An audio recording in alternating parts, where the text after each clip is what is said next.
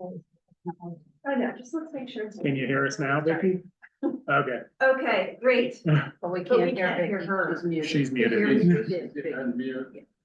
Okay, great. So let's move on to the adoption of the agenda. Do I have a motion? So I have a Point of order, I'm just not sure how to go about go this. for it. But, I have to leave right at 11, because I have to make a run to the airport. And, but I'm just wondering if our December meeting, we could add agenda items, even though it's a voucher meeting, how would that work? We would have to call a special meeting, We would. and I won't be here, so Oh, probably don't. that's We bad. could have one before or after. Okay. Um, And then I just wonder, and I don't really know how to do this either, but, how, like, if there's going to be a conversation today, maybe after I leave, about the time frame that we need to respond to this proposal or this, and also some follow-up that we need to do with the Virginian. And it doesn't seem like we have time today to talk about those things. So those are my two concerns for time. So, There is no time frame on this. okay. It's whatever we set. We'll need to certainly have a deep dive into this and figure out. And maybe outside of, I mean, should we add to the agenda the discussion about getting a letter to the town council about the Virginian line, the Carnes Meadow access? We talked about that in our conversation and after the presentation. Should we add that to the agenda today or what? I'm fine with adding it. We're gonna try to do the bulk of the meeting within the first half hour so that we have plenty of time. So let's tentatively add it and just watch our time. Does that sound good to everybody? Okay, I'm gonna put it in here under matters for board members, right at the. Yeah. The end. Okay, with that, do we have a motion to adopt today's agenda? I move we adopt. Second. Okay, Stan moved, and thanks Peg for the second. Any more discussion? All in favor? Aye. Any opposed? Okay, great. Let's move on to approval of the minutes, both the October 10th regular meeting and the October 31st special meeting. Are you looking for a motion? Did I hear you say? A motion to approve. I move to approve the minutes of the October 10, 2024 regular meeting and the October 31st, 2024 special meeting. Thank you. Second. Discussion. All in favor? Aye. Any opposed? Great. Doesn't look like there's any correspondence. Anyone from, any members of the public with us on Zoom? Okay. Moving on to financial information and reports. Stella, anything you want to add to your report? Sure, thank you. I just made a note on my report that our water bill is at 65% of the expenditure for this year. But that's actually relatively, so in theory, we should be at like 34%. But the 65% is actually somewhat normal because of the summer months. Most of our watering is done during those months, so we do tend to run higher earlier in the year. And then, of course, we won't be doing any irrigation until May and June. So we're actually okay. Also, some of that expenditure may be due to the fact that here in Jackson, the yard had a leaky valve that has been repaired, but that could have also led to some additional water usage. Another area that we are currently over our budget is our printing and ads. I'm not really concerned about being over in that budget because overall with some of our other accounts we're under where we would be for the year. So I think as far as the year overall we'll be okay. But I attribute that to possibly some of the extra ads that we did for the space plane surveys and that sort of thing. And then in October was the first month that we saw our revenue for interest income that we have with the county. And so we're doing really well there again. The interest income thus far is close to 22,000 for the year. So I think that's what I wanted to highlight at this point. I had one question just about the expenditures and appropriations. Mhm. And it's just about reading that spreadsheet that I still get caught up on, the negative numbers for the month. Did you see, like, there's a bunch of those, and I just don't know what that means. Yeah. Yeah, so that's basically saying that we kind of went over the projected for that month, but overall, if we look at the year-to-date totals, we're still good, Okay. except for, like I said, printing and ads is where we're over, so. Okay. I think the confusion is just if it's an entire spreadsheet of expenditures, shouldn't they all either be negative or positive? And why are some, I'm not sure about that. okay, but you know what Like, under Jackson Utilities, Uh-huh, what's the percentage? 20% for the year, we're at 20%, but it is a Yes. negative expenditure, which is very odd. we're at 20%, yes, for the year. Those were the ones that were confusing me. Because of that negative, yeah. It's not money due. What, is it the bill that we haven't paid? Like, we're just trying to understand why it would be a negative. If it's a current expenditure. So the way I understood it is that it's more than what would have been for that month, planned expenditure. I see. So year-to-date expenditure on that line item says, let's just pick one, down of what we're using utilities, Jackson, would be 5,000, but we're at minus 223 because we're under it. I see. So really, what Okay. you could use as your guideline is really the percent used and the year to date to just see, because that's really what we're looking at overall. So like when I said, for example, the water bill, even though we're at 66%, still we know that through the rest of the year, we're not going to be watering the lawn at either location for the next several months. Okay. So it Okay. should balance out overall when we get to the end of the year, the end of the fiscal year. okay, great, thank you. Any other questions for Stella? I do have a question. This is a Teton County format. Correct. Yes, Okay. it is. What's funny to me is that maybe the terminology current expenditure, but if it's a county thing, we get I know. it, we'll work. As long as you, as long as we understand that it's fine. So the reports that I provide, the revenue report, the expenditure and appropriations, those are directly produced by Teton County at the end of every month, or roughly the beginning of, at the beginning of a month for the previous month. And then the report about the capital reserves, those amounts are taken directly from the county reports. But because the county doesn't produce that specific report, I've made that report for you all, as well as the holdings that we have with the Wyoming State Library for their central acquisitions. But again, I'm taking that, with the Wyoming information, we're taking that information from the Wyoming State Library directly to produce that. Thanks. Let's Maybe we need give consideration of payment of the library vouchers. And I guess this, I had another clarification question. The warrant register, maybe it's not supposed to be the same as this figure, but it was not this. Is that fine? Yes, so the warrant register, that's going to refer to the previous month. Got it. So that would coincide with the voucher amount That's what I saw. that was in Okay. at the October meeting. Okay, So, okay. But then the amount on the agenda is incorrect. correct. There is a credit that we have on one of the credit cards that did not get removed from this overall amount.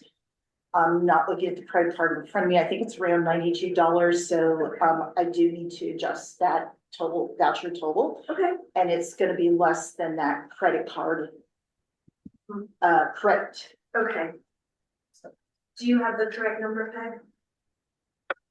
Yeah, it'll be this minus 91. Oh, wait. Yep.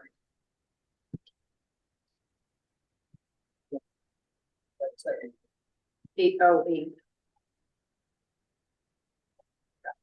So. Perfect. So can I make the motion? Please. To approve the payment of library vouchers in the amount of $111,692.14. Thank you. Sorry, do I have a second? Stan, thank you. Any discussion? All in favor? Aye. Any opposed?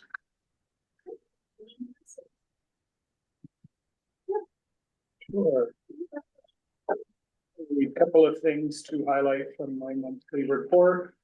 Would be that, in line with the library's strategic direction, we, are pursuing a sustainability committee within the library. That committee has been formed and we will be starting, and I don't know if Stella's had a couple of meetings, so I don't know if you have anything to share of where you're at. Sure, I'm happy to share. We've had 2 meetings thus far. There's 5 of us on the committee. Composed from a variety of departments, so we have a nice mix of library staff. Thus far, our first 2 meetings have just been really just discussion based, and just brainstorming on who we are, what we want to do, trying to figure out what we want to work on. So our next step is we're actually going to be inviting Eric Kimball, who's I can't think of his exact title, but he's basically Teton County Sustainability Manager. I'm not sure his exact title, but we'd like to invite him to one of our next meetings so that before we get too far in our work, we make sure that we're in alignment with what Eric is doing. And I did talk to him previously about the fact that we'd like to invite him to a meeting. He's very open to that, and several of our staff have already worked with him on different projects about recycling, different things here in the library that we use, such as CD containers. We're also working with him on the food composting. So we have a good relationship with him, so. That's exciting. And one little side note, the Yellowstone Clean Cities, is that what it's called? Was awarded a federal transportation grant to install EV chargers across the county. And so we will be part of that project. So that will be underway. I believe a meeting is next week, actually, to start that conversation. So, and the other committee that we heard loud and clear during the process of strategic planning was that our website needs a little help. So we have started a website redesign committee. We will be having our first meeting coming up later this month. And we have a good mix again from every department in the library. And at some point we'll have community input as well. I'm not sure how that process will look, but since they're the end user, we want to make sure we have something that works for them. Great. And is that redesign in this year's budget? Yeah. Okay, great. And the other item, very sad, disappointing announcement is that the library was, for the second year, and no one stepped up at the last minute this year, unable to get a site coordinator for the tax help program. And so the library will not be offering the program, though there is, and I don't know what it looks like, but I know that through the senior center, there will be some form of this program offered. And so the community won't be without, it will be different. And we hope to revisit that again. Can you remind me of the range of, people that it serves, clients? Was it in the 400s? It was, last year, I think it was 385 Yeah, okay. or Just wanted to about 400. Yeah. There was a slight decrease last year in the number of clients served, but that could also be that there was. Last year was the first year that the IRS offered their online product, so that may have played into it a little bit. And we also started a week later and ended a week earlier, I believe, last year. So that could have played into it too. But it's at least around the 400 level. And are we gonna have like a specific official statement when people come to the library to ask this program, or where do I get, Yeah, where do I go? Diana and Stella and I probably need to work on a press release just to let the community know. And then we'll have press as well. And we're going to bring to that folks. The rest is sort of self-explanatory, but if you have any questions, I'm happy to answer. Great report. Anybody have questions? Yeah. Thank you. We're up, yes. I just, nothing really to point out other than, maybe a couple things. You'll see in the report our year-to-date expenses for our library enhancements for fiscal year 25 from July 1 through October 31st, included in your report. And we're really excited to share with you all that, the Foundation and Friends raised a total of $172,151. Including that includes our match award from Community Foundation, bills. With that, I just wanted to share my thanks to all of you, because it was a wonderful year of everyone coming together with library staff, you, the library board members, and our Foundation and Friends board. We just had so much participation in this year's fundraising and outreach, and so I'm very grateful to all the group effort for that. And then we have our upcoming library benefit. You all should have received an announcement that our benefit is coming up on Friday, December the 13th. Our theme this year is Outlaws and Illusions, so it has a bit of a Western theme. So think of this elegant old world saloon feel is what we're going for this year. And I just put in the report a little bit more detail in terms of ticket prices, and this year, we're adding a new exclusive on-site auction of 3 items to help raise additional funds.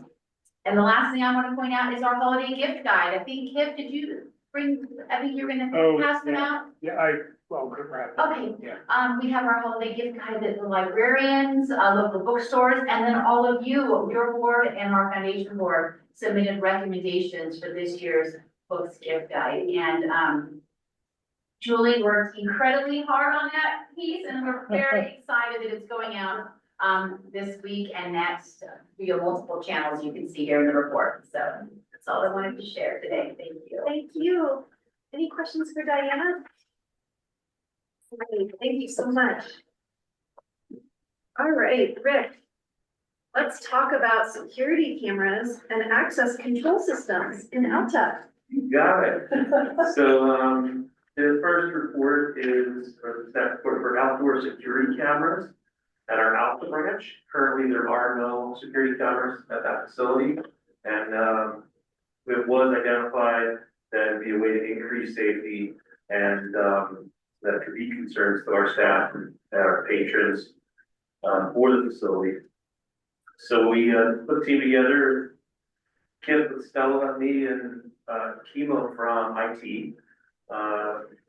And we came up with the best system we think will work. It's going to be cost of $5,118.93, which would come out of a capital reserve account.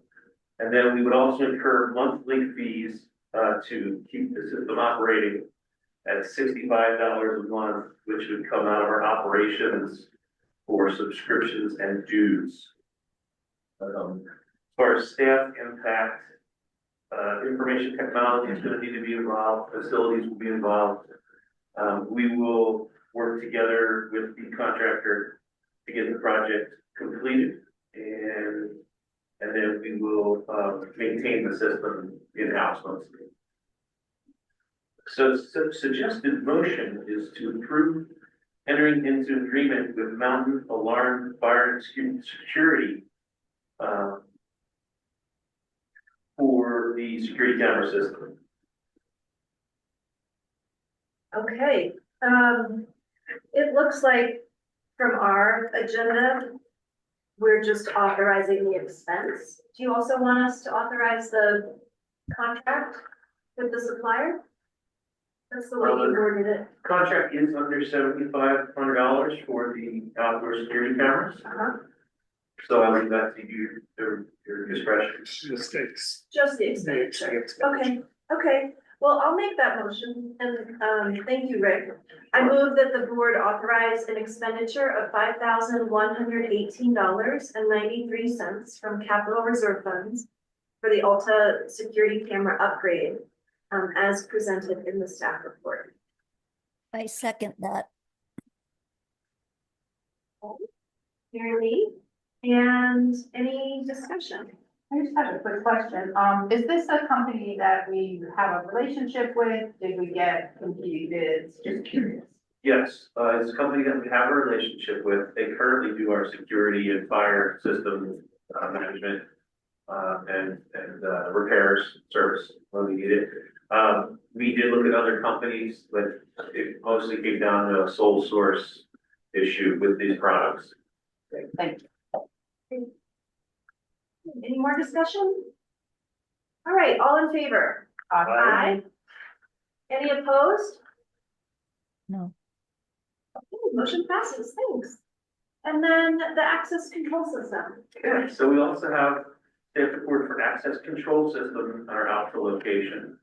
And we want to consider installing keypad and card access control system to increase capabilities for controlling access to our Alpha branch facility for staff, contractors, and our off-hours users. The existing electronic locks have limited capability and they're cumbersome to change pins, to add and remove, and then they're also antiquated. So some of those parts are not available and service is very limited for help, technical help. The impact of this project would be from capital reserves in the amount of $15,167.90. Then we would have a monthly fee for dues and subscriptions out of our operations account. The IT for the library and maintenance, we will coordinate work with the contractor to get it installed and then to take over to operate. So the recommendation is that we enter into an agreement with Mountain Fire and Alarm to install an access control system at our Alta branch in the amount of $15,167.90. Rick? I'm happy with that motion. I move that the board authorize an expenditure of $15,167.90 from capital reserve funds for the installation of an access control system at the Alta branch as presented in the staff report. Second. Stan, thank you. Any discussion? Okay, all in favor? Aye. Aye. Any opposed? Okay, motion passes. Thanks so much. Thank you. All right, so the last matter on the agenda before we talk about space planning. I think we have a few minutes to talk about the Virginia Lane development. Really, the only thing under this agenda item, or under this item, is that Kip and I continue to report quarterly to the board. And that they, I think, are appreciative, and it's just a good Nice interface to be there, right? with the county. It's nice to be there. I would say that there was, a sense of sadness over Harry Potter from our elected officials. So we got understanding and some empathy there. So moving on to just a quick follow-up, I think it's great, Mary Lee, thanks for the reminder, that when we met with the housing department several weeks ago, one of our concerns, major concerns really, is the sole ingress and egress right now planned only on this street. And one entrance directly across from the entrance right now to the library and the book drop. There is an option for a second in and out over by Carnes Meadow, but because of some federal funding for the bus barn, it really is in the hands of the city to ask for a waiver from the feds about whether that could turn into an additional access point. So really, the housing department has no real sway. And if we feel strongly, our next step is to write a letter to the town and ask them to, right now, it seems like it's been backburnered. The way it was described to us is that it wasn't a high priority for the development, but that it could be if we raise the issue. So I don't know what the next step is. If we draft a letter as a board, does it come from us? Does it come from staff? It would come from the library board, From the library board? and I would need to make sure Abigail reviews it. Okay.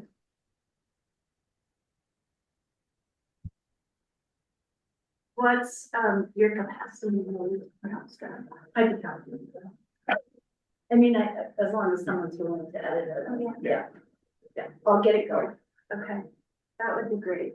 And that is that something we need to just be conscious of, that in terms of email chains?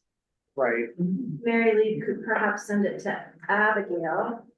yeah, you can send it to me at Abigail, and we'll Okay. work with it. Can I send it to everybody on the board and get input? I would like that, no? Why? Unless we have a special. We'd have to have a special meeting to discuss, Because it would be a quorum. yeah, it gets tricky. Yeah. And, Call a special meeting if you had something drafted and wanted to just spend. It's just, it's pretty straightforward. I think it's, yeah. Vicky? Mary Lee, would you like a proofer?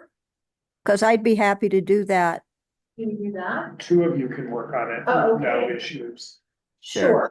Yeah. Okay. that's- Let's yeah. do that. Okay, great.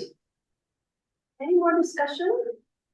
Once I send it to Kip, can you have questions for me to like revisit it? Yeah, Okay. yeah. And I would recommend sending it not just to the town council, but to the commissioners, since that's the report. So, John. yeah. I would Yeah, make the it- report, okay. Yeah, All right. we want them to know what we're doing. Okay, wonderful. Thank you so much. Is there any other matters from any of the board members that you want to touch on? Before we move on to space and Amendment? Great, 10:02. Good job, team. Good job. I will turn it over to you, EUA, I believe, right? What's on Zoom? Good morning, everyone. Can you hear me okay? Yes.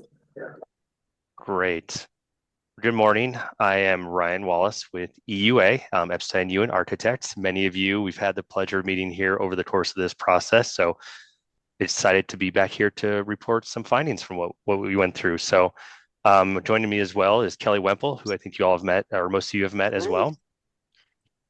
I'll go ahead and share our presentation here, Ryan. Perfect. And I'm going to apologize ahead of time. I am getting over something and I have a really, really bad cough that I'm trying to fight through today. So I will try to keep it to a minimum there. All right, to get rolling. So everyone, we did provide a report for this, which all of you should have a copy of. So there is a much more in-depth finding that you can refer to. But what we're here today to talk about is the reconceptualizing of the Teton County Library. This is a report that we put together here over the last few months with you all and the community in hand. I think it was sharing the wrong screen, was it? Nope, you're the right one. It was on the right? Okay, I'm Yep. sorry, the preview's not showing right here. Okay. There we go. Perfect. So go ahead, Kelly, to jump ahead 2 slides here. So just a little bit about our firm. For those of you that don't know, EUA has been in business for 117 years. Kelly and I are located here in our Denver office. And you can see here just a little bit about who we are and great little photo of our team in Denver on our office ski day last year. As I said, myself and Kelly are the ones that are presenting today, and you'll get a chance to hear from Kelly here in a minute when she presents the findings. But to start with, we're going to go through the process that we went through. So where we're at today, this is just the very, very early phases of this project. And as you can see here, this is a typical time frame of how a project would go throughout. So as you can see, we started out with the community engagement, which we completed back on October, the beginning of October, the end of September, where we were in Jackson for 3 days to walk through this. Since then, we've put together some space planning options, which we're going to present here today and are in the report. And then should this project go forward, these are kind of the typical phases that you would see after that. You'd go through fundraising, you'd go through the design, construction, and then open whatever that project is. But this is very early on. We were just here to listen and learn about, what is the project? What do people want? What does it need to be going forward? So the steps itself, we have a few that's occurred over the course of this project. So first of all is to get to know the space. I was very fortunate that at my previous firm, I was part of the renovation back 12 years ago. So I had a little bit of the working knowledge of the 2013 edition and some of the things that took place then and why they took place. But then in addition to that, we went through and we looked at the existing conditions and really tried to understand the shape that the building's in today.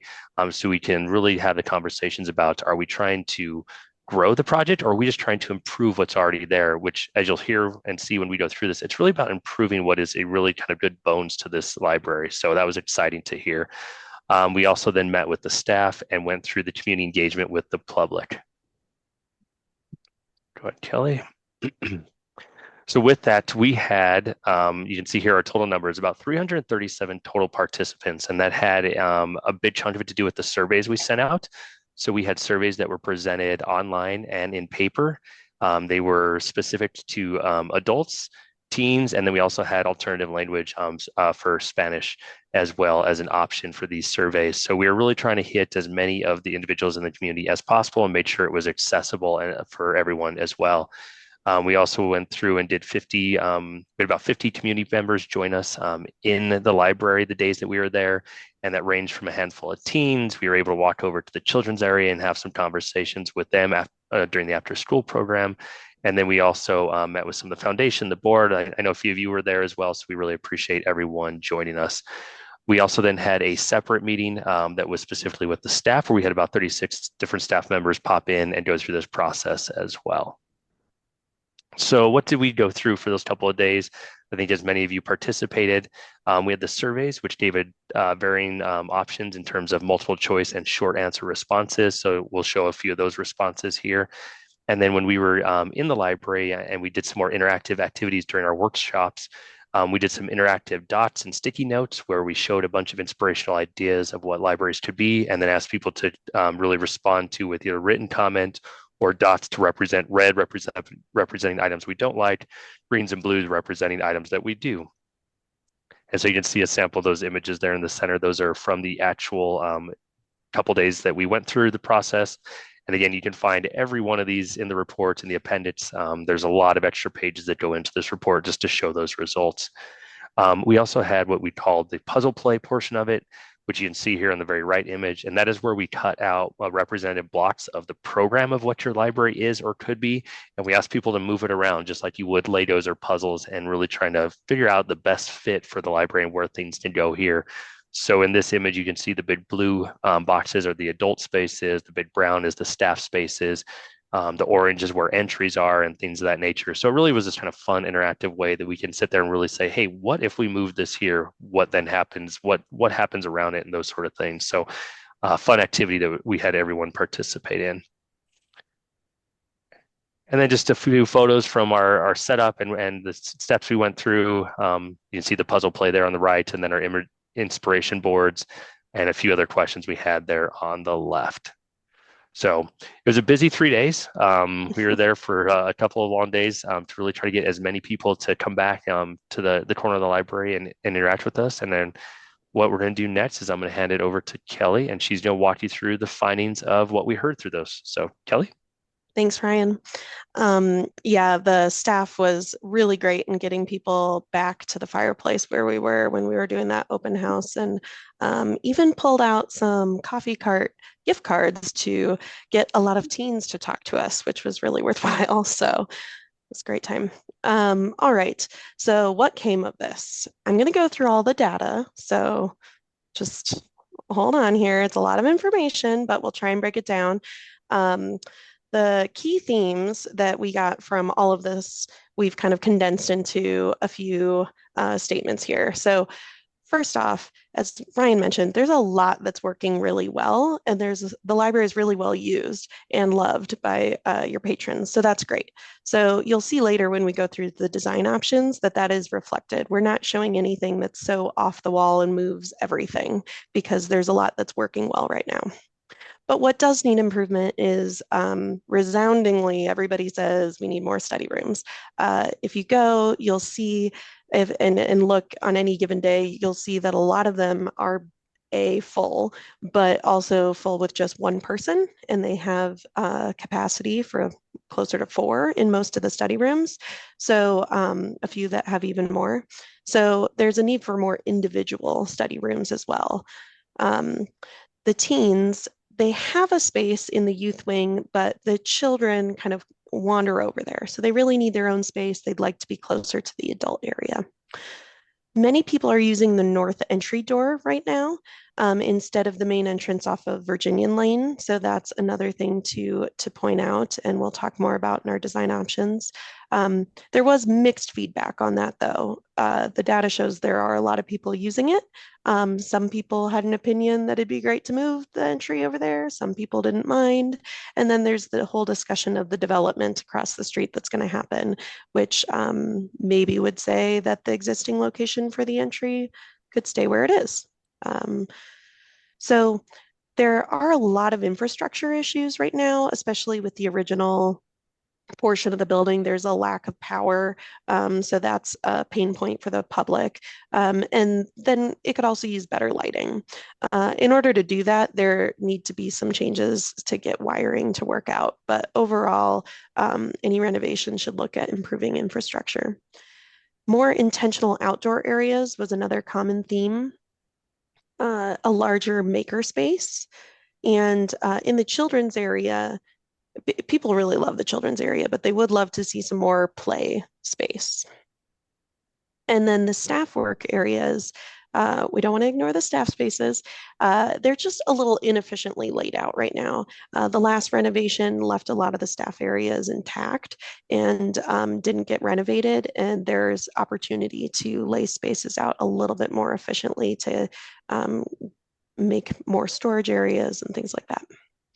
So the surveys, 223 people participated in the general public survey, the one for adults, and that resulted in a lot of data, over 8,600 responses in total, and 843 write-in comments on top of that.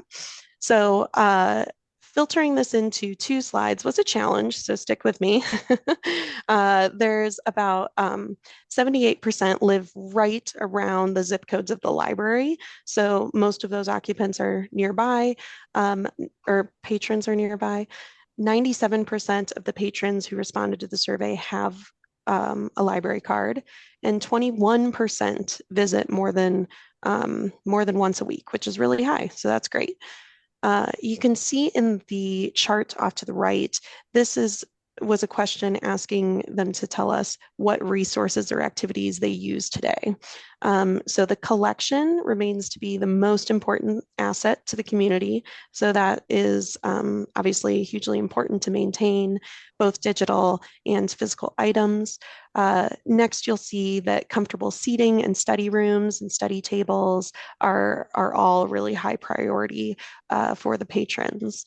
I also want to point out that the Book Nook is in the top 5 responses. So it's really important to maintain a space for the foundation to have have their book sale, and then obviously store and sort those materials for future sale.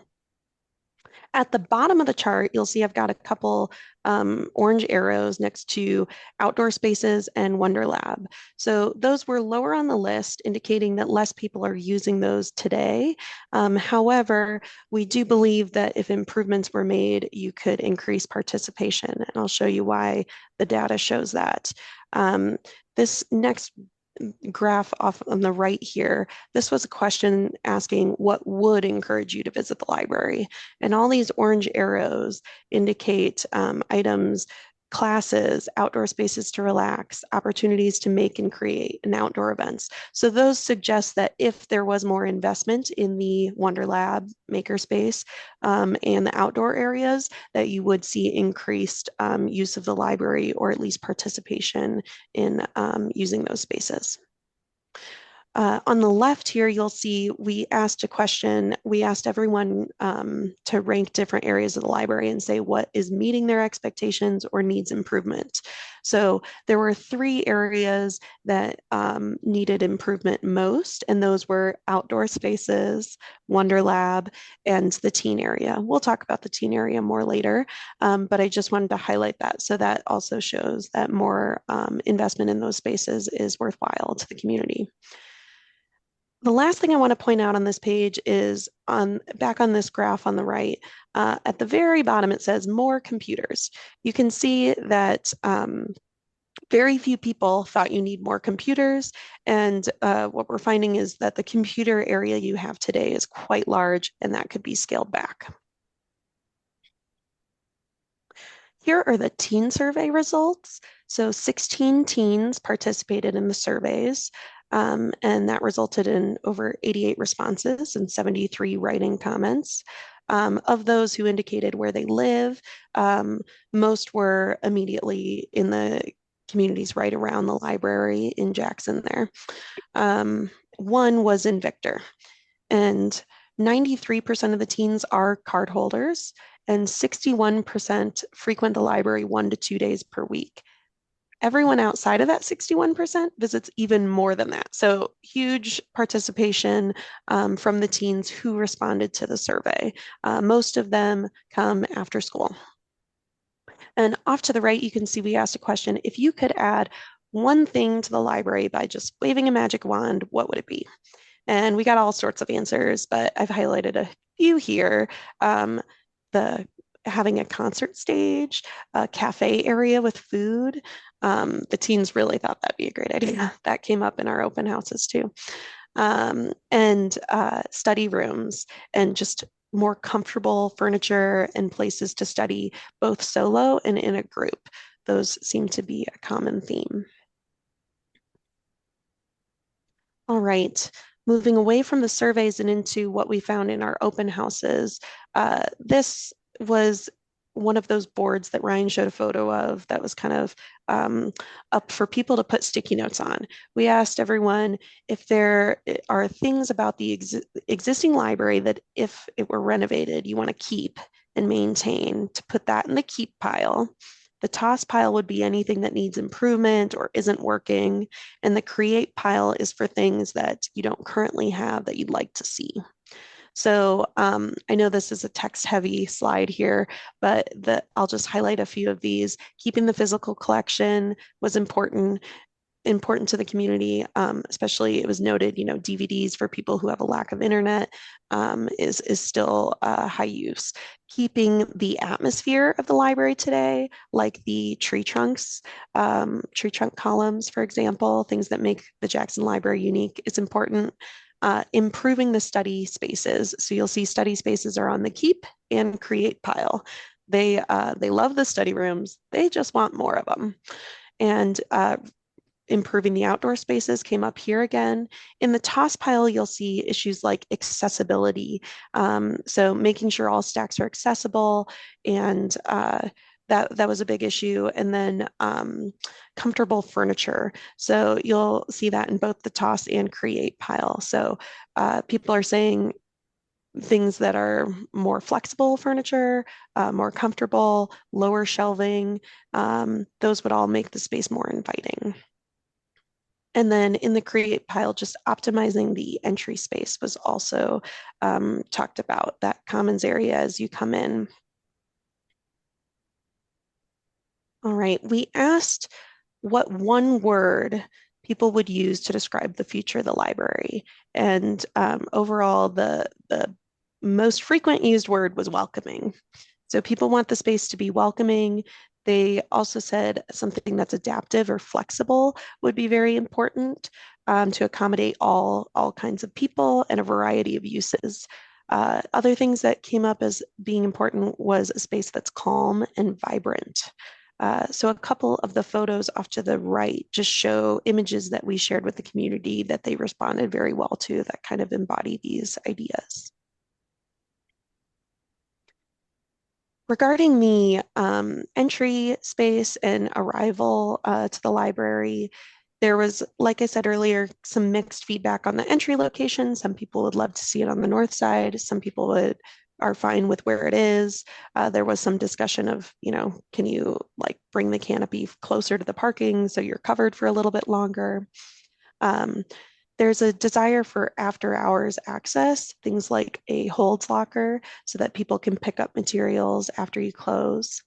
A more welcoming entrance, just like I touched on previously. So that image in the lower middle portion of the page was one that they responded really well to and kind of resonated with us as a design team, kind of similar to your tall existing entry. And then people really love the coffee cart. There is interest for a food option. So that was also discussed. And the last thing I'd point out is we did ask the community what type of design style they prefer, and we gave them traditional, transitional, and modern or contemporary. And mostly people fall in between, which we call transitional. So nothing that's too contemporary, because that didn't feel Jackson, or someone said Teton, and but something right in the middle. In the children's space, we already mentioned this. I feel like a broken record, but it keeps coming up in all these areas. A balance of interactive play and then quiet areas, creating more zones for different age groups. Those were things that resonated with the community and the staff. This is a compilation of comments, I should say, from both the community and the staff. And there was a lot of common themes between them, which is why we're not breaking them out separately as we present them today. The teen area, they'd love to have near adult and have study rooms that are specific for the teen use. They also want some study or some loud areas and some quiet areas because people do still, if you go there after school, there's a lot of gaming happening. That's a louder activity. People also have group homework that they do, group projects. So louder spaces for those, and then quiet spaces for studying. Of the adult portion of the library, the feedback we got was having more comfortable furniture, lower shelving, less group tables. You have some tables that are for larger groups, and in the open library, less people use those. They would prefer to use a study room for that. So having furniture that's more for 1 to 2 people would be better used. Enhancing the lighting, modernizing the fireplace, and reducing the number of computers, excuse me. And lastly, the study rooms. I'm not going to say it again. They want more of them.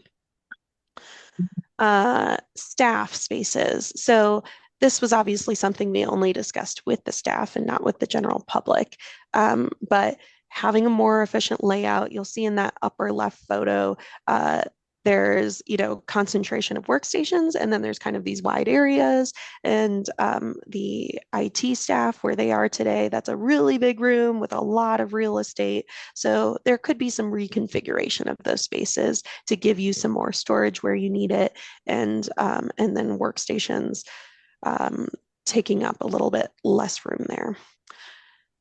Staff also said they'd love to see some more vibrant colors and better lighting in their areas.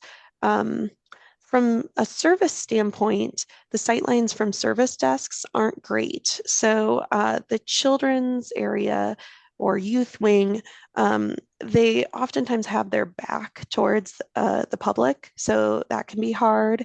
They can't really see into the study rooms very well, especially one of them, which is behind shelving from their viewpoint.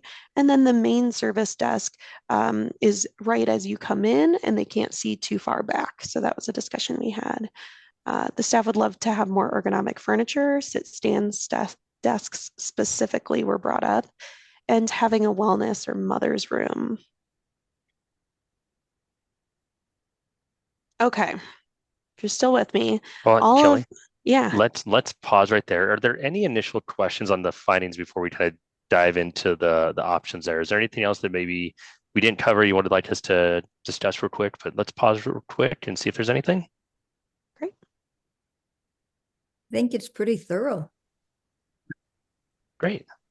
Awesome. All right. Well, then if no questions, we'll keep going. And by the way, if there's any questions and you want us to just track it, feel free to also drop them in the chat and we'll address all of those as we go along as well. So, all right. Thanks, Great. Kelly. Thanks, Ryan. And if there's something as we're going through, feel free to stop me and just interject if you have a question as well. All right. The proposed design options. So building on what we heard from staff in the community, we've come up with, and we've worked closely with Kip and Stella and Peg on this. So we came up with 3 options. You'll see this one is the jackalope option. They all have kind of fun names. So in this option, you'll see that a lot of the spaces stay in their current locations. And we're really just trying to improve those areas that the community said need enhancement, right? So the adult area stays in that original building wing. Children stays in the youth wing as it is today. Staff areas stay where they are located, but would get rearranged, right? We might move some walls and make some more efficient layouts to make those work, right? But they stay in the same area of the library. This option also shows that the main entry would stay off of Virginian Lane. So we'd maintain that second entry as you have today, heading into the gallery on the north side. Right, maybe I should start pointing here. Over here, we'd maintain that, but your main entry would continue to be in this area. So the big changes here is moving the teen area out of the youth wing and over to this area that's right behind the passport table right now, where the biographies are located. And we'd enclose this space. So we're showing adding some walls to enclose this area. That way, any of the loud activity that teens have can happen inside the teen space. And then we could have study spaces around and the teen collection around here outside of that enclosed area. We'd also move a staff point to be right here. The teen librarian could move, their workstation could be located over next to the teens. The service desk would stay in the same spot, but the makerspace would grow and the computer area would shrink. We'd add some more study rooms and we'd move the service desk in children's from this location here over to here. I'm going to go to the floor plan on the next sheet. Might be a little bit easier to read here. So another thing that would change here, we're showing the introduction of a cafe to address those comments that we heard about potentially having some food options. So this option shows moving the book nook out of this space here and into where the children's story time is currently today. So we'd create an opening off of this main common space into the book nook there, and that's where that'd be located. Their processing space and storage room would also be located in there because this is much larger than the current book nook. Again, the makerspace would grow. It would take over some of this computer area that you have today, and we'd be adding some study rooms here and over here. We'd maintain these study rooms and add some more at the back. So this is showing kind of having study rooms in 3 different areas of that adult wing. Again, showing the teen area here. This is some examples of some study pods that could be located around the perimeter of the enclosed teen area. They could be used by adults, during the day when teens are at school. Here's an image showing what that might look like once you enclose that teen space. You could use glass walls so you still have good sight and visibility into that space. The teens said that they're really looking for something much more cozy and comfortable. So this option shows them in this space because the ceiling height is reduced. You could create some kind of cozier environment for them. In the children's area, we removed one study room to move the service desk from here over to this location here. And that way, they're right as you enter in still, so people can immediately get help as they enter the space. But you can look out more into these two kind of areas of the children's space. We'd also increase the amount of staff space over here to add an additional office to get that entire youth team in one space. Right now, they're a little spread out. Since story time would be moving out, this shows story time would move over to this corner window, that great corner window you have looking out, gets great light. And this would be open, so no longer in an enclosed room. This was something that the youth librarians thought would work well for them, and it could be used, for play when it's not in use for story time.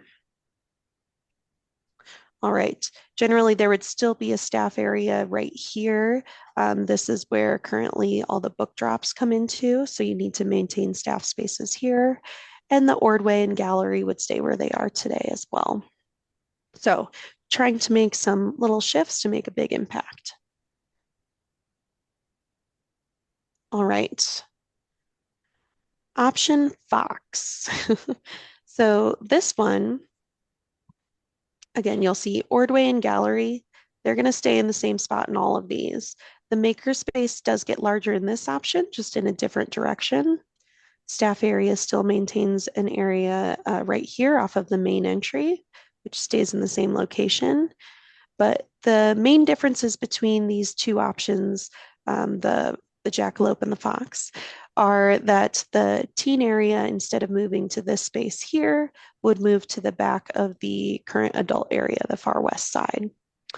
And this would be open instead of enclosed. So again, easy for adults to use that space when teens aren't around during school hours, and giving them some private study rooms that are for teen-specific use to address that concern that they had. This option also increases the number of study rooms. You see there are 3 added right here where the current passport desk is. And there are a couple over here as well. The other big change here is this option shows opening up this commons entry space to the adult wing. So I'm going to go to the next slide where it might be a little bit more clear. So currently there's a wall separating this area here, and we would make a larger opening. So that would allow for you to move the service desk so it's visible right as you come in from the main entrance. Putting it right here, a little bit more central into the space so you can see a little bit further back than when it's over here.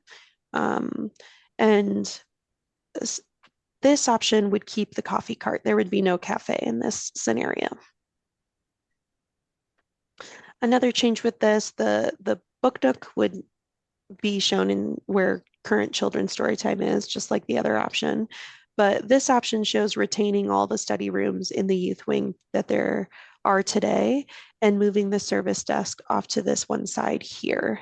So this gives them much better visibility on this side of the youth wing. Obviously not as much over here. Staff would have to walk over to observe that area.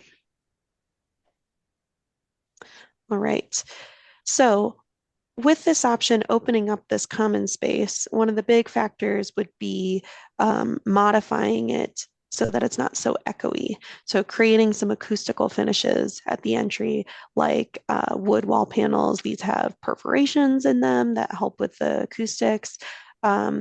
These are all acoustic panels on the ceiling shown here that are felt. This could be something that brings in warmer colors to address like wood tones and warm tones to address that inviting and natural feel that we were hearing the community would like to see. Or, you could do a finish that's much more sculptural. Right now, the former public art piece that was in there is no longer functioning. If you wanted to do some sort of art installation or something more sculptural, that's another option or opportunity that you have there.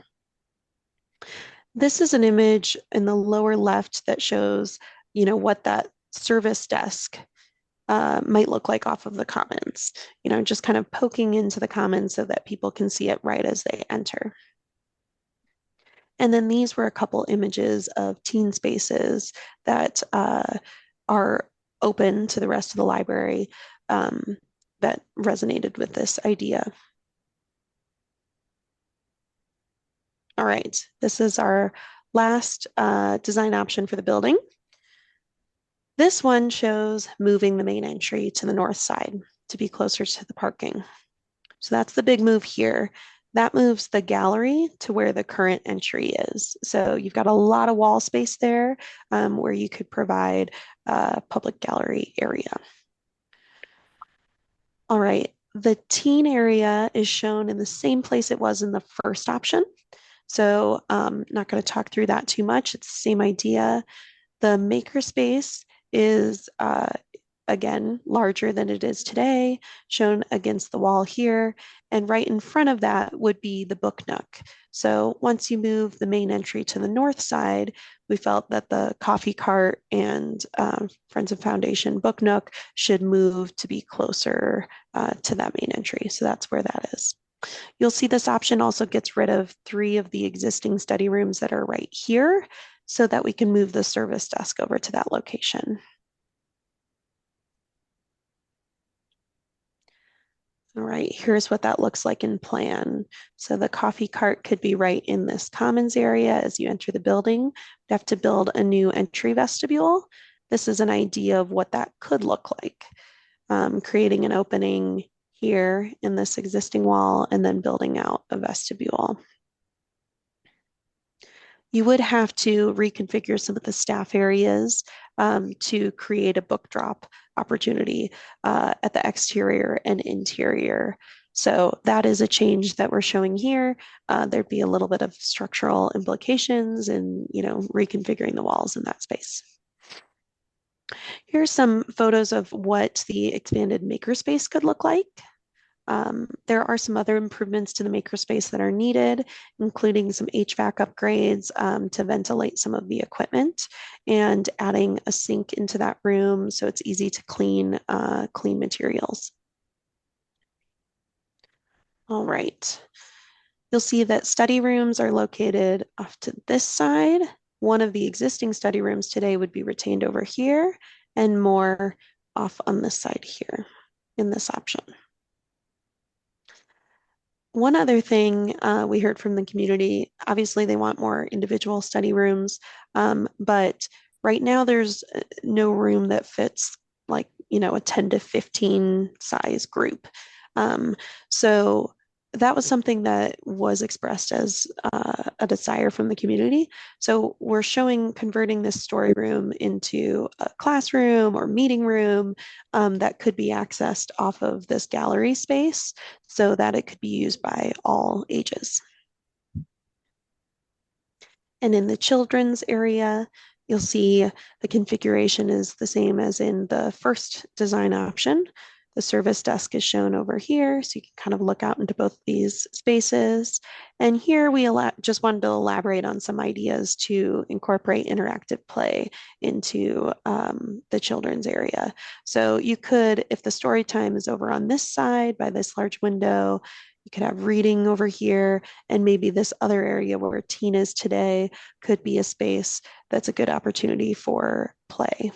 So whether that be through some, custom built installation or reading nooks, or maybe it's just different furniture and play spaces that you have that get spread around that space. There's a lot of flexibility for that. All right. Are there any questions on these before I move to the exterior of the building and talk about the outdoor space? Yeah, Vicky? Kelly, would you have to, do you include the upgrade to the HVAC system for the Wonder Space, Maker Space for each of these options? Yes, actually, Vicky, thank you for mentioning that. So several of these are just assumed in all the options, and the expanded makerspace that would be necessary in all three to include the HVAC upgrades and a sink in there.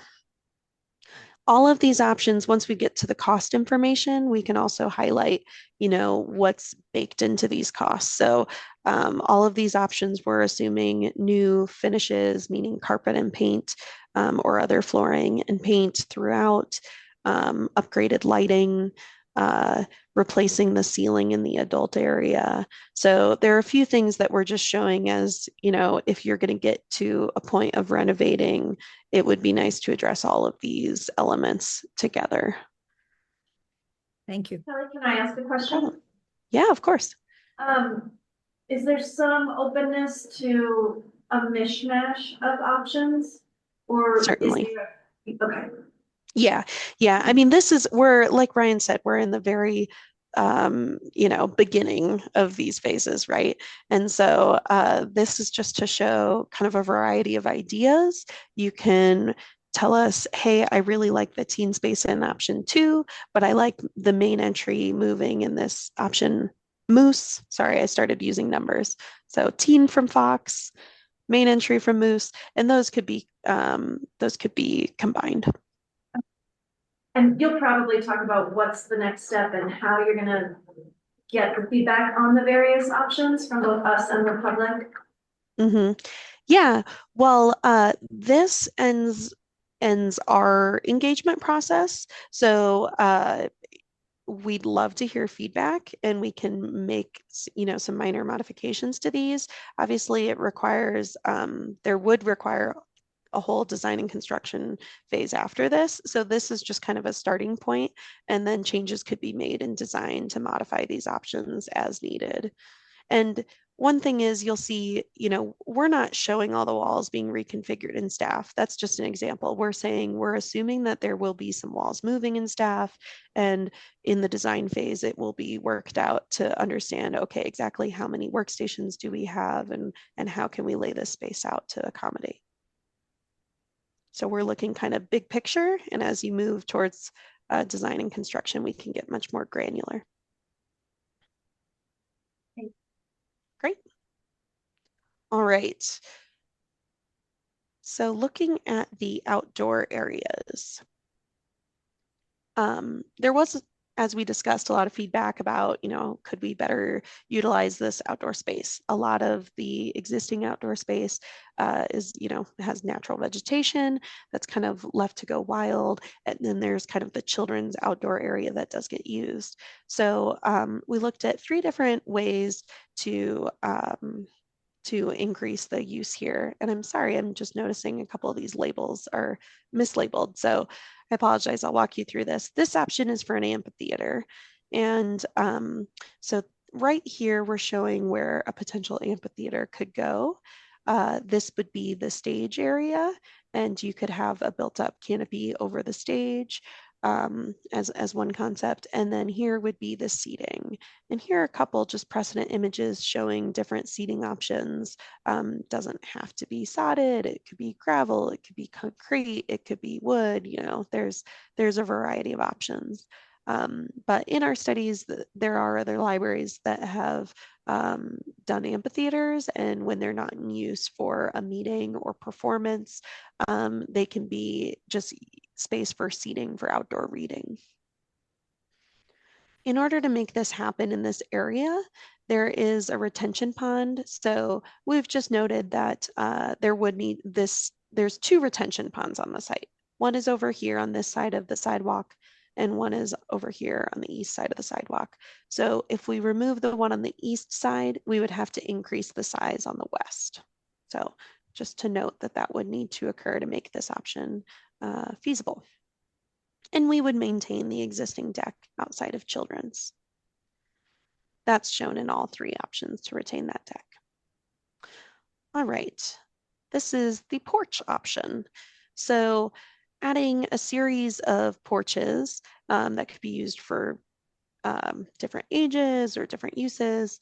But these two would be added here along the building outside of the adult areas. So just creating some reading porches. You can have some movable furniture and maybe look out on the vegetation. All right, and then this one here would be actually elevated. So it would need to have a railing over two sides because you'd be able to walk on from this direction, but the grade is such that it slopes down here. So it's actually above grade here. And so that way you can retain the retention pond underneath it, and this would be built up on top of that. These are just a couple images to show oh, I'm sorry, you weren't seeing my arrow before, were you? But in the middle, in the middle, you'll see these are a couple images just to show some variety of options of what furniture could look like, potential paving.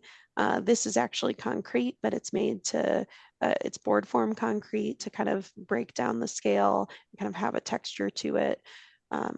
So since you couldn't see my arrow before, here are the two reading porches with the movable furniture for adult use, maintaining the children's deck, and then here is that elevated porch over the retention area.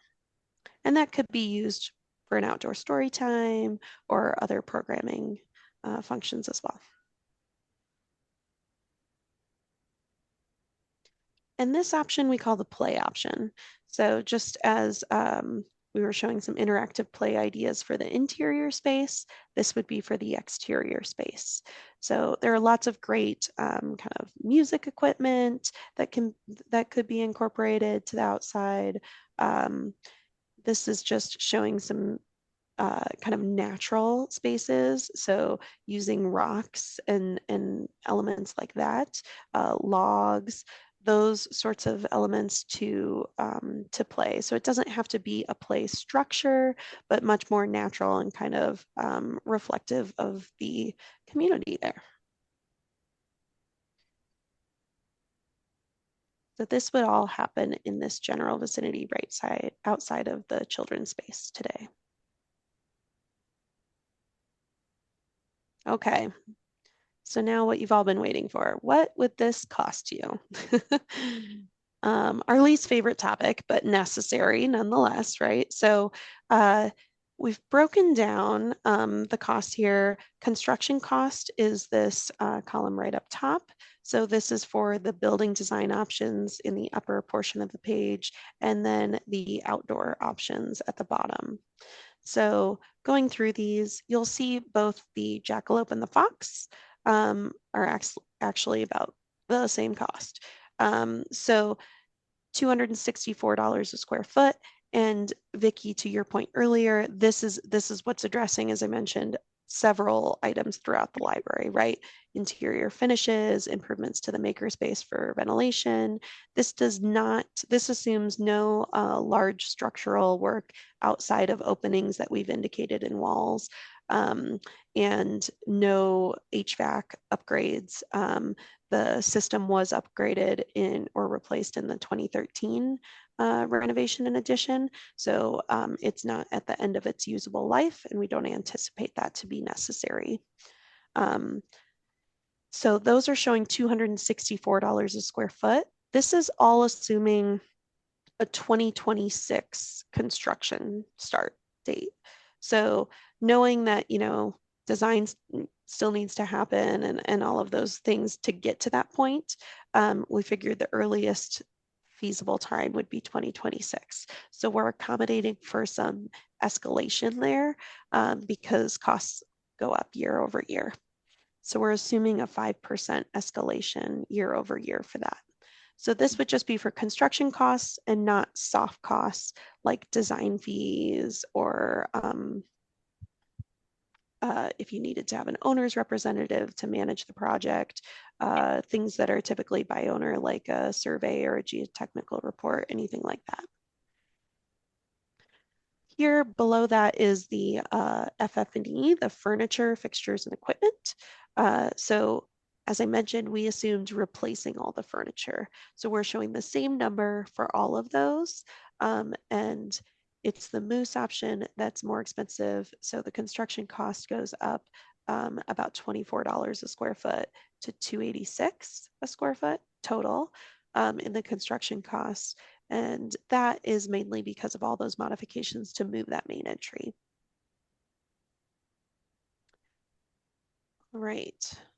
So the numbers are all somewhat close, which is kind of interesting. And I think that's just indicative of the fact that the layout is a lot of what's laid out is working quite well. So we're just talking about little shifts here and there, but it would require construction and these improvements throughout.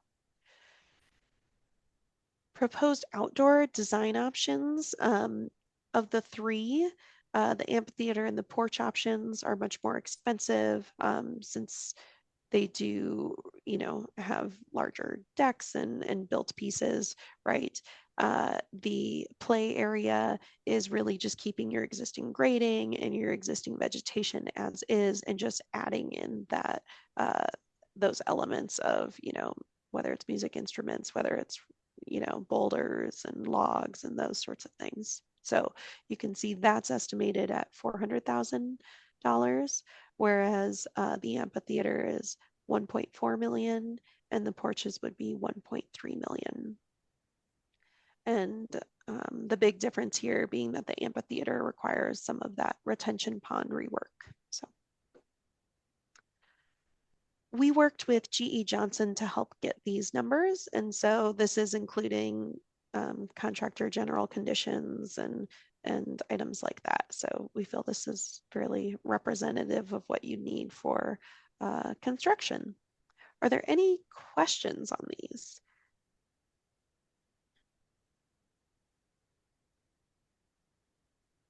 Kelly, That's the end of our presentation. Yeah. Kelly, there was a question, if you could just speak up a little bit louder, please. Some Oh, folks no. are having trouble hearing you. Thank you. Oh, I'm so sorry to hear that now at the end. I'm sorry if you had trouble hearing me. Normally these these headsets pick up fairly well. They're picking up pretty well on Zoom.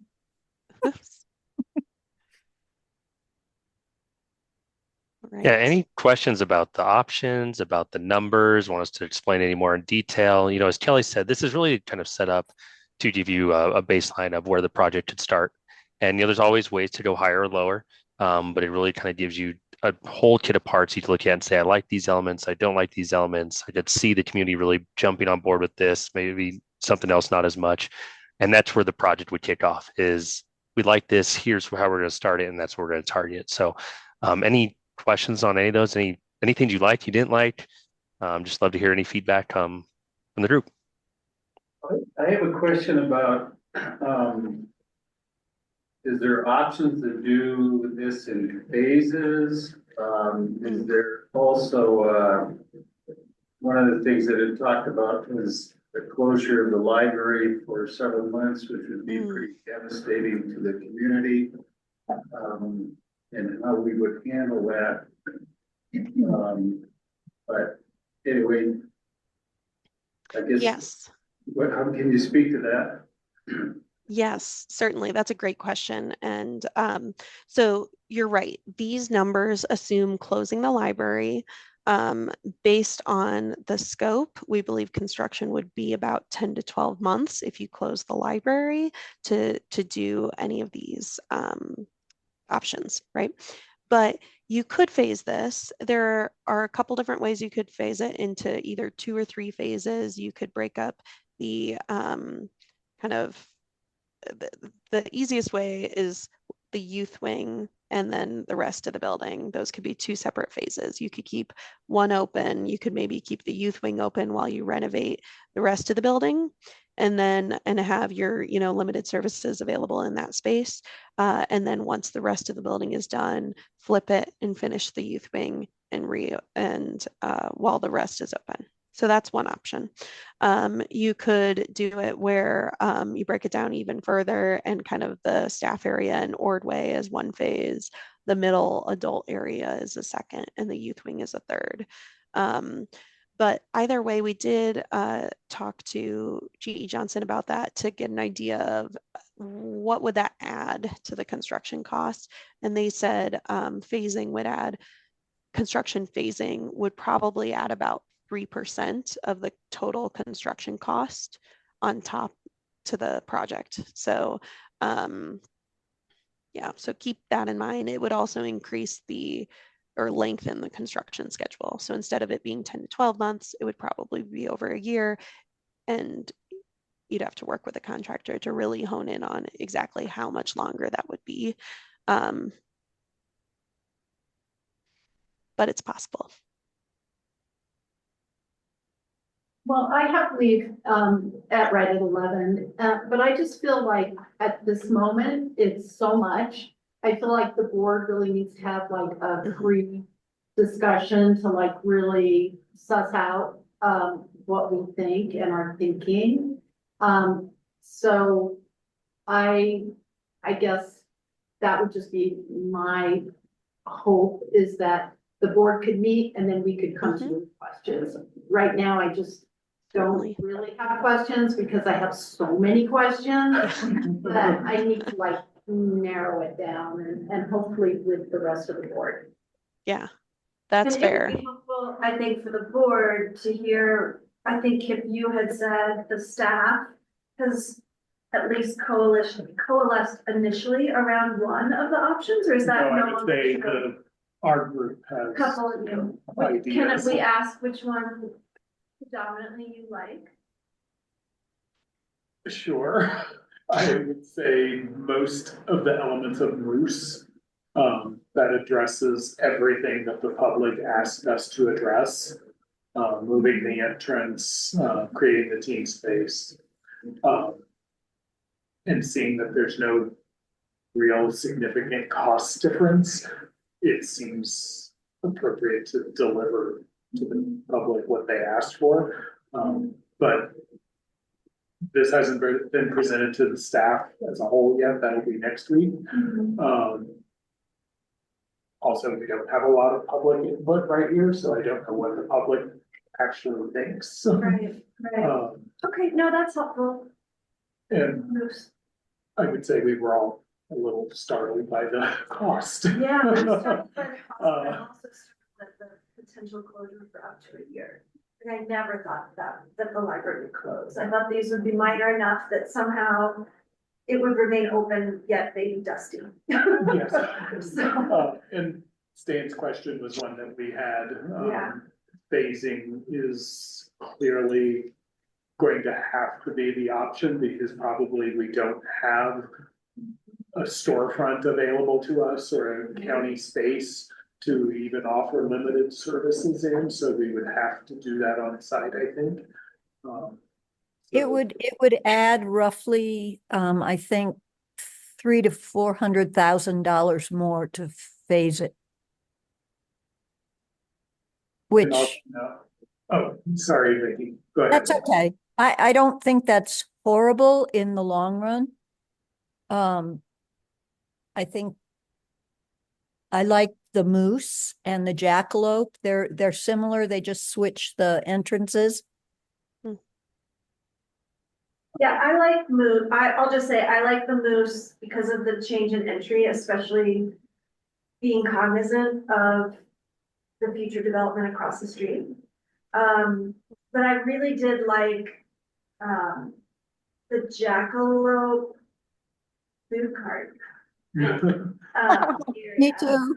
And, but I think in all the options, I kind of like the teen area all the way back rather than in the middle.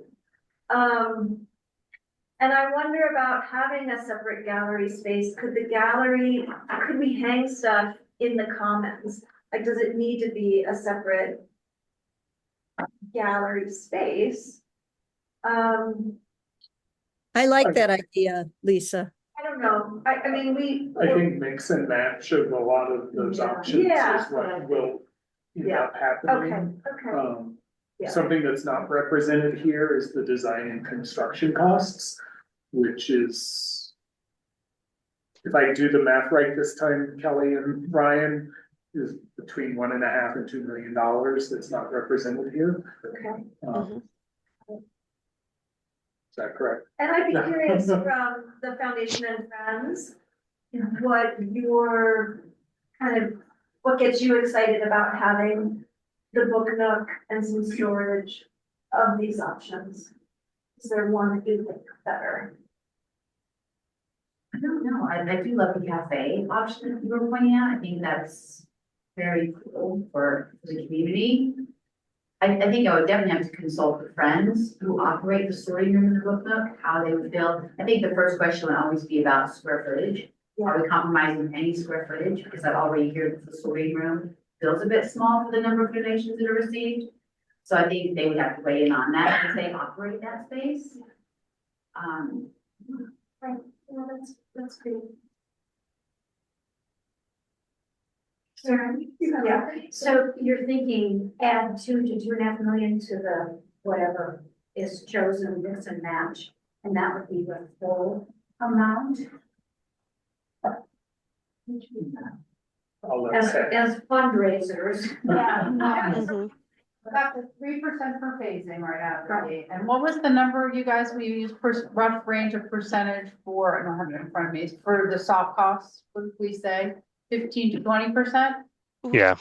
Okay, so we're talking about 18 to run through the math quickly of the base price. So 20% of, Okay, it's at another $2.5 million. Something like that. 2.5. So you're at a $14 million project for all with inflation phasing. right? Yeah, I can't imagine closing the library for a year, you know, it's just not a No, that's possibility. not feasible.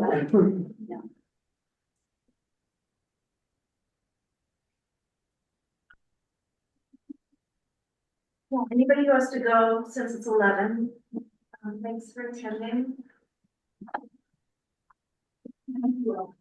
Yeah, my gut is that, having an understanding, working back and forth of the budget, the optimal priority list, and, you know, working together as a team to identify, would be very helpful. Maybe it's everything, but we probably need to think hard about that. Yeah. What is our next step? Do we want to have a special board meeting like we suggested? Where I we would really like, hash it out? Vicky? I would definitely like to discuss this. And I wouldn't mind, can we have a special board meeting that includes staff? Or a meeting after you all have a staff After we meeting? get the input at least. Yeah. It gets, Yeah, that's what I mean. We need to have, I'd like to hear directly from some of the staff if possible. we had some representatives of the foundation and friends here, but it would be nice to make a full presentation to the board of the foundation and friends as well as the board of county commissioners. Yes. Since those are the two primary funders of in some proportion for this project. So I think that's important to get their feedback. What's possible, what's not possible. Yeah, and I wonder if it could be condensed a little bit, like maybe not the same level of detail, just because it was a full hour before questions. Yeah. So. Yeah. Okay, well, And I'm guessing that's probably January for that, for those two groups. That was my next question, Kip. There's no way I think we can get it. December is not doable and for probably anybody. And I know the Foundation Friends has a January board meeting. And so maybe we can somehow connect the commissioners into that yeah, that's meeting, great. maybe. Let's look at, I don't know. Well, I'll work with Diana on that. that's great. Yeah, maybe you can present a timeline and next steps for us to not understand. And then also the involvement of EUA. Are we asking ultimately for a final? So we should probably get back to them on that. Is there the final, if you will? Is there a rough breakdown on, you know, cost and what percentage comes from the foundation, what percentage comes from the county, what's coming out of our actual budget? Is there? We have to have that conversation. Okay. We do have a capital reserve fund that set aside for the ongoing expenses of maintenance that we expect. Some of the things in this would be included in our capital reserve, like carpeting and paint and things like that, but the moving the walls and lighting, things like that. I mean, the big pieces, the north entrance, those are not covered by our capital reserve fund. So the conversation has to be with the commissioners. How would they like to see us proceed? What do they, is it a spec request? Is it in the county's annual capital projects? And then once we know what they want to fund, that sort of like, okay, this little piece is left for the foundation and friends. I mean, it shouldn't be on them to fund this entire project. The county owns the building and should maintain the building, so I would anticipate it's largely on their shoulders to fund. And I'm not sure, I don't know who was on the foundation board back at the last time. What did they fund? Did you buy them furniture for the building, or did you actually help with construction costs? I don't know those kinds of things. They have what's called enhancements. So the building can live without it, then you know, there were enhancements. So to have a wall move would not be technically an enhancement. Yeah. So I think there is a pretty clear defining line there. What I've seen in the past, foundations or the friends groups or whatever have funded, oh, we'll buy the furniture for the building, or we'll fund probably like the book nook space and things like that. But actual construction costs and building walls and things should be accounted. Exactly. Thank you, Kelly and Ryan. Is there anybody from Foundation and Friends or board that have questions right now? Somebody make space. I just have one question. Yeah. In regards to the movement of the work and the making tree, taking the project that's going on across the street fully into consideration, kind of aside from that, do we have any data as to how many patrons utilize the main door versus the side door? Because sitting here during this meeting, I saw quite a few walk by. So just out of curiosity, that's Go ahead. If it's okay, I can answer that because we do have a software that is in several points throughout both locations. And so from that software is how we take our monthly door count statistics. For October, I believe there were over 9,000 entries via this door. Now, when you say entries, sometimes the data is a little bit skewed because you also have to consider staff or custodial going in and out. So that's not always like patron count. However, the main entry still has a higher data count every month consistently than this entry does. But when we made the north entrance accessible to all, not just previously, it had been just for folks who had mobility issues and they were given a special card reader to enter the building through the north entrance. When we made it accessible to all, we definitely saw a very continual increase in folks using the entrance, but it's still somewhat hidden. I think some folks still don't know that they can come in through that entrance. So, but yeah, in October, it was over 9,000. do you see that data changing in winter months? Just patrons parking a lot. I have to look at that off the top of my head. I'm not recall if there's a difference. And honestly too, there's no book drop on the one. So sometimes I just wanna drop, if I wanna drop books and, so it's a weird, like I wanna enter here because it's cold. But then do I wanna walk all the way through the library to drop the book in the foyer, or do I just wanna, anyway? I think, I'm sure you all are. Have we got any studies, or I know it's early with the development going in across the street, I know that's obviously the concern of moving the entry, one of the reasons moving the entry over here. But as far as, the developers across the street, anticipating any traffic studies, if you will, on ingress and egress, when those times will occur, and how they coincide with our visitors of the library when we see the most traffic, see, if it's absolutely a necessity.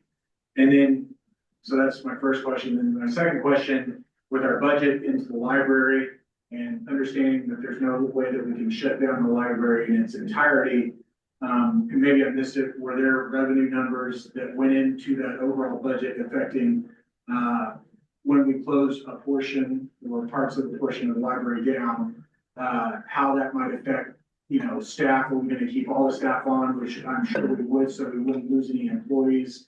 And how does that affect our revenues at the end of the day? It's gonna be over a 12-month process if we're going to do this in phases. And, that 14 million might jump to, 15, 16 to maintain staff, and where we might lose revenues for a portion of the library being closed in certain aspects. Thanks. Big concern, just or not a concern, just knowing, that number could be larger than 14. There is an initial traffic Okay. study. I think a lot of us are having trouble understanding how the result is like no impact. Sure. Yes. So we've met with the planning department, we're still, and that's why we're gonna write a letter to the town and county about Carnes Meadow access, but I think, even if that happens, we're gonna have quite a bit of traffic on Virginia Lane, and so it's one of the reasons I think this is really important. This new, maybe making a new entrance. I know it's all still up in the air, but it's my sense. It's one of the things we can control. I feel like we have some influence in that development, but for our own property, that is a decision we could make. Yeah. To move that entrance. Well, as the original architect on the addition, I don't know if you guys remember, there was a north entrance and we were asked from the public to relocate it into another place. So it's funny how it's all coming around. I do think it was very forward thinking, we're gonna be more urban, we'll ride our bikes more and take the Start bus. And the reality is we're still an automotive community and we like the shortest distance. We drive to trailheads, right? So it's just it's interesting from my perspective to see it kind of come full circle. And our two equal entries, a terrible design idea, I don't know. And security is an issue and there are a lot of other issues. So it is funny to see that discussion flip around. And are we thinking at all, I'm just thinking like the dollar store, would we move the library somewhere so that we could really do this quicker?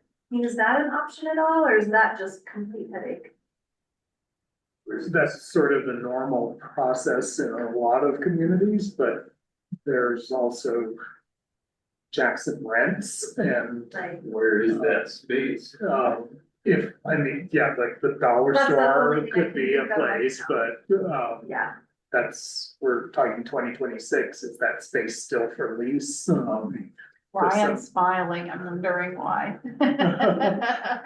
It's always the challenge of moving, right? That's a big thing to take on, and we've worked different routes. Like there is phasing. We've worked with libraries where they come up with kind of a temporary, really just external service. So in other words, they set it up to where It's more about the holds and the pickups and things like that. So there's many different ways to kind of look at this to make it work for you. We've seen a couple where they've split it and they've taken the services and put it in two smaller locations throughout the community. So again, you can really kind of tackle this to the best of your needs. So many different ways to attack this one. Hopefully, kind of as you look at this, I think this is what this is doing, is it's giving you the idea that you know what the big picture is. Now, how do you start to get there with the little bits and pieces? And I think that's really what your discussion's about, and kind of the little elements you'd say, I think that this works. I think this is an option. Start to see if there are some ways to relocate for a year and make that happen. Because I do agree with, sorry, I didn't catch the name in the back, but when you start to look at phasing and how you attack this, the phasing does add cost to it. And is that easier to say, hey, we can provide minimal services for 6 months, and then maybe it's more robust services after that. Certainly many different ways to look at it. So that's the reason for smiling. You can probably really tackle this any one of those ways, and anyone's going to be good. Anyone's going to have its challenges. And I think making sure that communicating that to the community is one of the biggest pieces to this, so they understand what to expect and when to expect it. And as long as you can be kind of as looking out as far as you can and be forthcoming with that information, then hopefully the community buys into it and like, yeah, we're going to support it. It might be a little bit reduced for this period, but let's get behind it and make this project happen. So we just had a big remodel of the community rec center. And I think, I just feel like the community would get behind some of these new ideas and be willing, but the shorter amount of time to remodel, I think the better. People could get behind and excited about the new vision. If it isn't drawn out over 18 months of kind of crappiness. And I'd like to add, I think one of the other exercises is this addition remodel has only lasted 11 years, 12 years, let's say. I think we should think ahead in a bigger picture. Is this something that's going to come up every 12 years?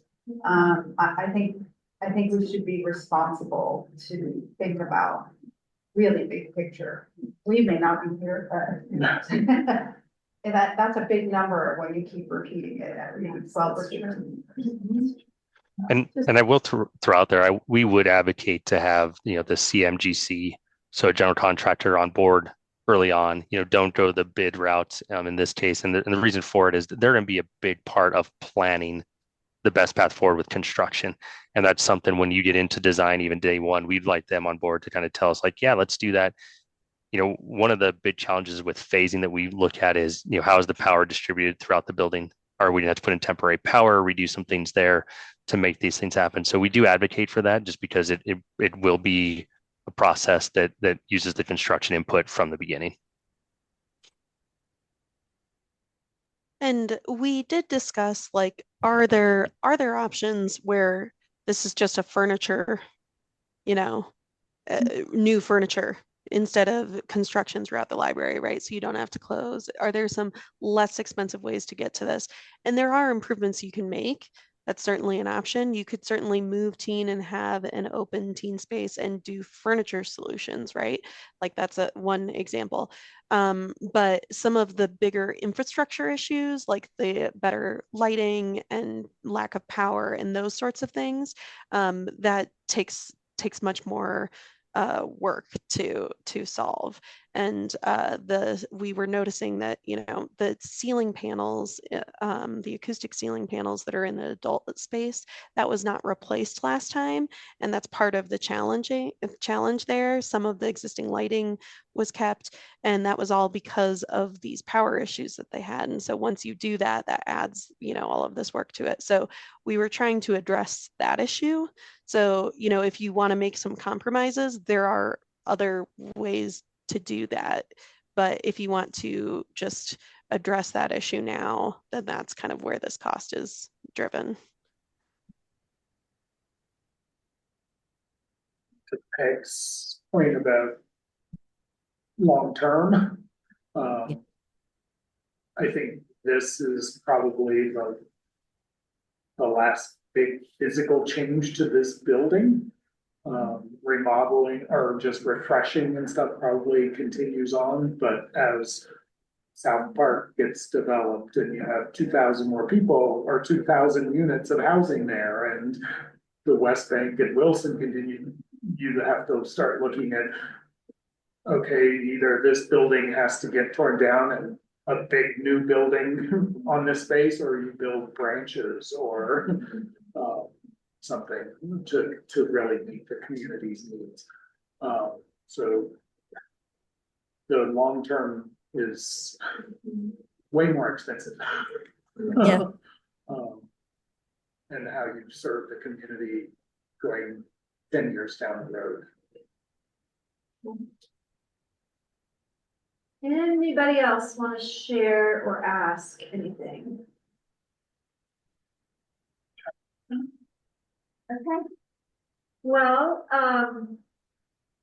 Ryan and Kelly, thank you so much. I think we're gonna get ready to adjourn. And I think our next step is to set a date.